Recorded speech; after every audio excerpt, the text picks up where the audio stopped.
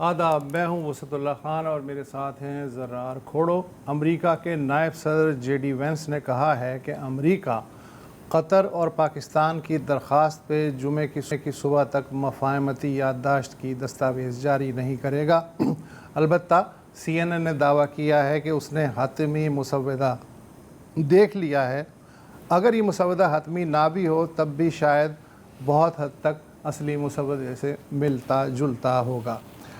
سی N N کے مسودے کے مطابق پہلا نقطہ یہ ہے کہ اس مفاہمتی یادداشت پہ دستخط ہوتے ہی لبنان سمیت تمام محاذوں پہ مستقل اور جامع جنگ بندی ہو جائے گی، طاقت کے استعمال کی ایک دوسرے کو دھمکی نہیں دی جائے گی، باہمی خود مختاری اور جغرافیائی سالمیت کا احترام اور داخلی معاملات میں مداخلت سے پرہیز ہوگا۔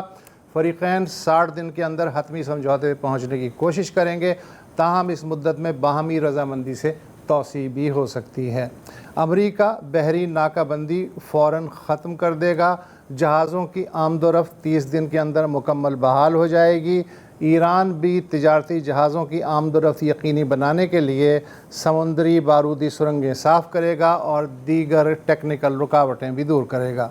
حتمی سمجھوتہ نافذ ہونے کے 30 دن بعد امریکہ ایران کے ارد گرد کے علاقوں سے فوج ہٹانا شروع کر دے گا۔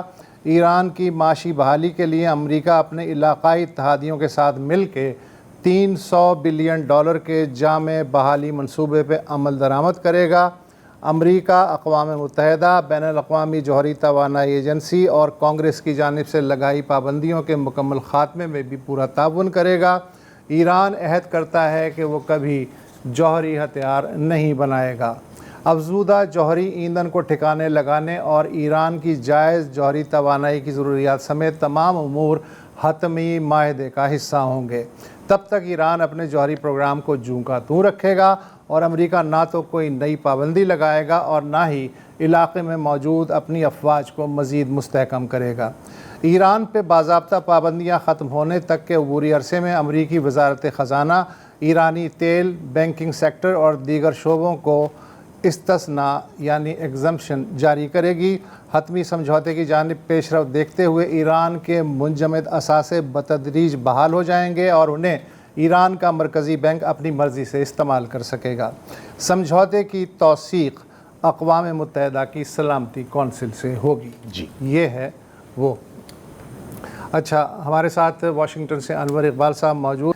انور صاحب، ایسا لگ رہا ہے کہ صدر ٹرمپ نے ابھی سے آناکانی شروع کر دی ہے کہ $300 بلین چھوڑ امریکہ ایک ٹکا بھی نہیں دے گا، مفاہمتی یادداشت حتمی نہیں ہے، اس پہ نظر ثانی بھی ہو سکتی ہے وغیرہ وغیرہ۔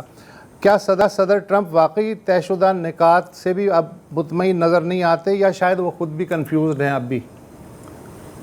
نہیں، آپ نے وہ جو بیان ہے ان کا پیسے نہ دینے والا، اس میں انہوں نے ایک ٹرم ساتھ لگائی ہوئی ہے جس کو میں نے دیکھا کہ ہمارے ہاں اردو میں اس کی وضاحت نہیں کی۔ انہوں نے کہا کہ ہم ٹیکس پیئرز پیسہ نہیں دیں گے، ٹیکس پیئرز کا، not a penny from the tax payers money.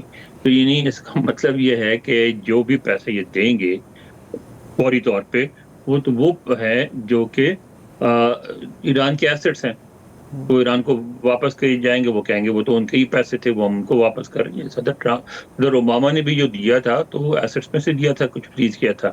تو میں سمجھتا ہوں کہ اس طرح ٹرمینالوجی کے پیچھے وہ ذرا اپنے سمجھوتے کو اپنے عوام کے لیے زیادہ قابل قبول بنانے کی کوشش کر رہے ہیں۔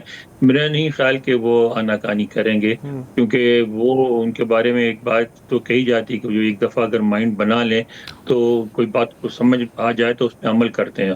اور ایک بات آپ نے دیکھا ہوگا، اس پہ نیو یارک ٹائمز نے اسٹوری بھی کی تھی کہ صدر ٹرمپ کو اس بات کا شدت سے احساس ہے کہ ان کو مس لیڈ کیا گیا اور ایسے جنگ میں ان کو کودنے پہ انکریج کیا گیا جو ان کی جنگ نہیں تھی، اور اب وہ اس سے نکلنا چاہتے ہیں۔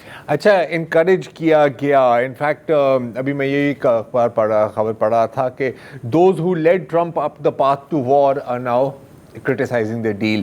تو اس میں کون کون شامل ہے؟ ظاہر ہے کہ اسرائیل پر تو کچھ تنقید بھی ہوئی تھی کل، آج بھی ذکر ہوا ہے۔